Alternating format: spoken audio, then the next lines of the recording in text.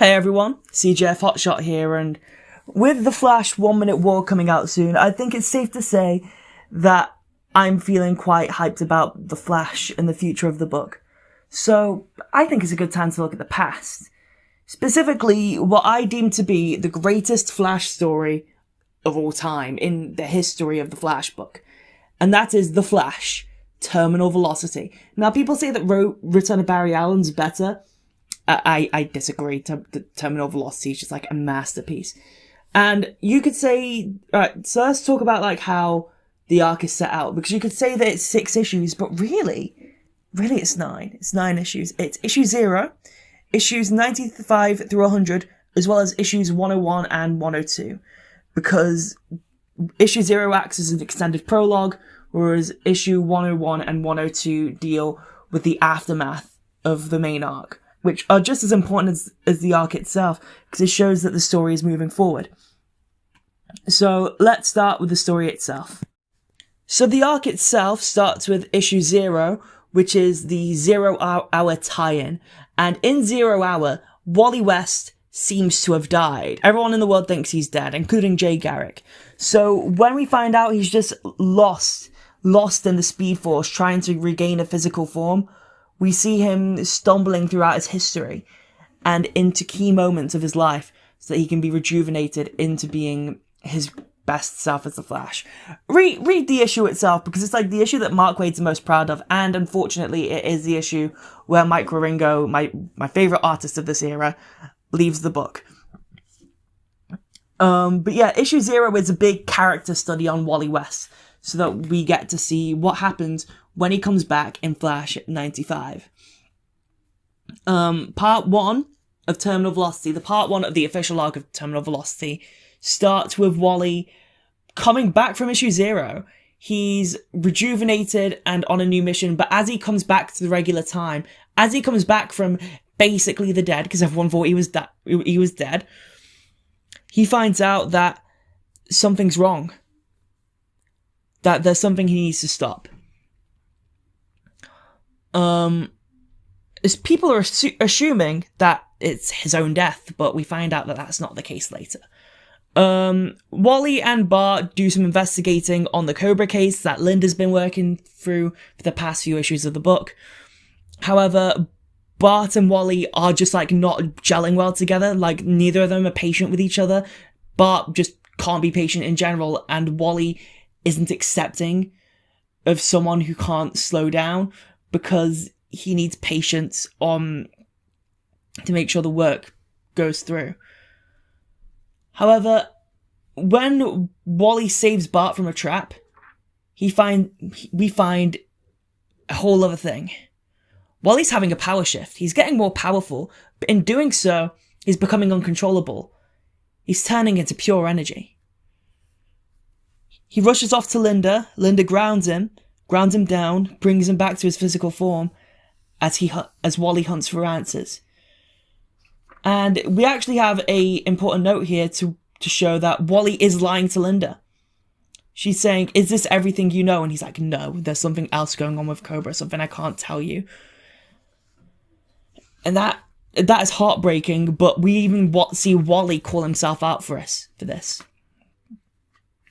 So Wally, after another scuffle with Bart and Cobra, rallies the faculty. He rallies the people, Max, Jay, Johnny, as well as a new speedster that was vouched for by Max, and that's Jessie Quick, Johnny Quick's daughter, and kind of the A-tier student of speed that Max has. Like, she may not be as fast or powerful as Jay or Wally or Max, but she's a hell of a lot more in tune with the powers that she does have than Johnny and Bart, and even Wally to a degree, in the sense that she does have more of an understanding. And during this, we see Max's past, some lore about his life. As Linda finds out that Wally's lying to her, because, well, Wally's not great with his words. He wasn't great with keeping patient. He never is, let's be honest. So after finding out Max's backstory and Johnny not believing him, we get to see a montage of Bart Allen learning to use his powers, as well as showing Jesse Quick just being confident in her role. And as the power grid of Keystone City being seen over the horizon, where Cobra's taken over the city, and it's because of a huge power grid, so that Speeds just can't get in, Wally sets in a new initiative and assigns Jesse as the next holder of the Flash Mantle. He was going to pick Bart, but Bart's being impatient, so Jesse is probably the wisest choice, even though she doesn't really feel up to it. Wally tells everything to Linda. Almost everything. Everything except the thing that he's keeping from her. The idea of someone dying, potentially him, but we know by the end it's not him. After destroying some wind towers and some scenes between Jesse and Bart, where we see Bart can be really, really good and apply his lessons if he's let to learn them and let to utilize them properly without being judged. We see all the speedsters, Wally, Max, Bart, and Jesse rocket to Keystone. Bart doesn't make it because he trips over a rock. Max doesn't make it because he's not moving at full pace. Jesse and Wally do. However, it's at this moment where Wally reveals that it's not him that's dying, it's Linda. Linda's dying. And now we see a huge thing with Bart and Jesse kind of feeling manipulated because whilst Jesse knew that Wally was kind of lying to her, she didn't want to believe it. So now that she knows, it was a case of holding him accountable. Jesse holds Wally accountable for all this, but she also knows that this is a desperate situation. It's best to just leave it till later. So Jesse and Wally both rocket off to save Linda, whilst Max says to Bart the reason why Wally was manipulating Bart. Max is kind of culpable in this because he was in with Wally's plan, but you can kind of see where all the logic and inconsistencies come from. Linda is also in Keystone City, not knowing that she's going to die at the hands of Cobra because Wally didn't tell her in an attempt to protect her. That backfired. So Wally and Jesse rocket off to save Linda. They succeeded. And as Bart also makes it through the barrier, Linda gets shot again. Wally races towards a bullet faster than he's ever ran before, and he dies.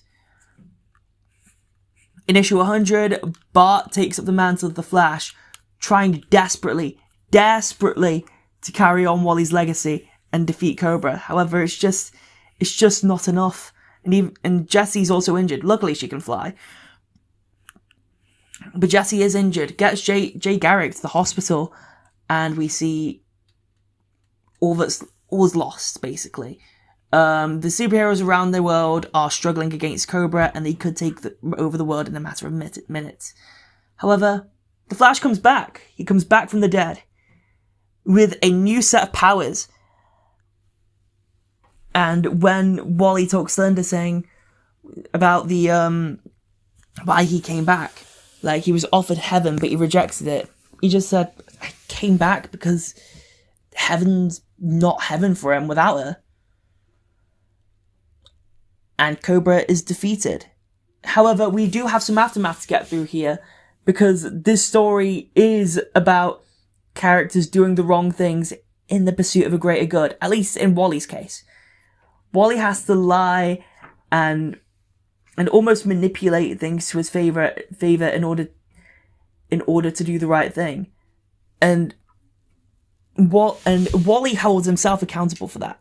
Jesse holds Wally accountable for that, saying, look, I get why you did it, but I can't have you dealing with that again. We see that in Flash 101, which is why it's also like a big thing for the arc.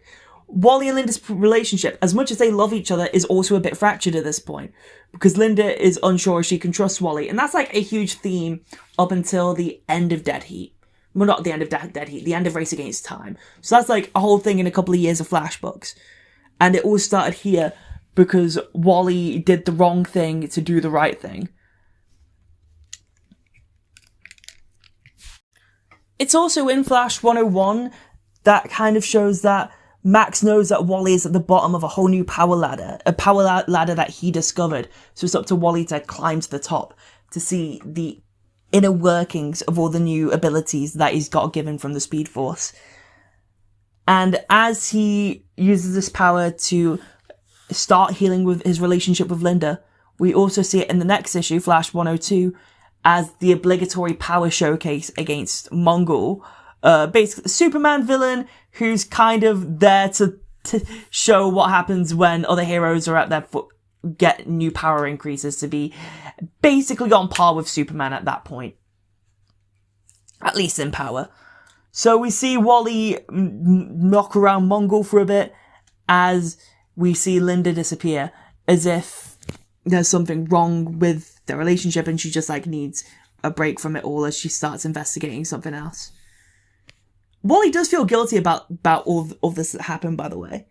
Like, this isn't a case of, like, Wally's the worst person ever. He genuinely feels guilty about it. And that's why you can kind of see, like, every side's in the right in this book. Max is a very patient man who knows things will turn out in the end, so he knows not to get into affairs. Jesse and Linda are also right, saying Wally shouldn't be lying to them. He should have just told them straight. But Wally was lying to them because he didn't want Linda to die. And Jesse is the right motivation to make Bart get better. And we also see all of this carry on within the next few arcs. So yeah, that's my reasoning for Terminal Velocity being like the greatest story ever, because it just works. It works for itself. It works for like how the Flash mantle was dealt with in the future. And most importantly, it introduced that speedsters could come back from the brink of death in the Speed Force. There was a light on the other side of the tunnel, but Wally rejected it for Linda.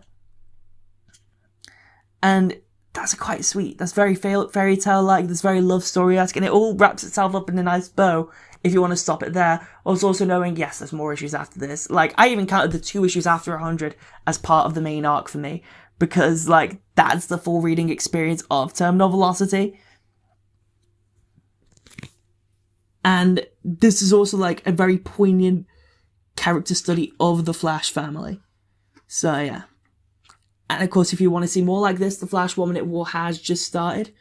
So go grab Flash 790 and Flash 791 when that comes out, and the Flash 1 Minute War special, etc., etc. Go get the Wade Augustin run of the Flash. The first omnibus for that is out. Hopefully the second omnibus will be out soon, but there's also like a bunch of trades. So yeah. And yeah. Enjoy, everyone. Oh, and before I forget, the reason why it was, like, hyped up as Wally dying at the end of Terminal Velocity is because they wanted, like, a big send-off thing, a big, like, promotional push. And, like, Mark Waid even said himself in interviews saying that, he wanted DC to believe that Wally was gonna die. He wanted DC to believe that so he could get readers to believe that. Because, like, the death of Superman was a huge, like, a really big thing. Yeah. So that's just something I'll tack on at the end here. Like, that's the reason why the mystery was up, like, Wally was supposed to die. It's also why it started, like, with the beginning of his life in issue 0.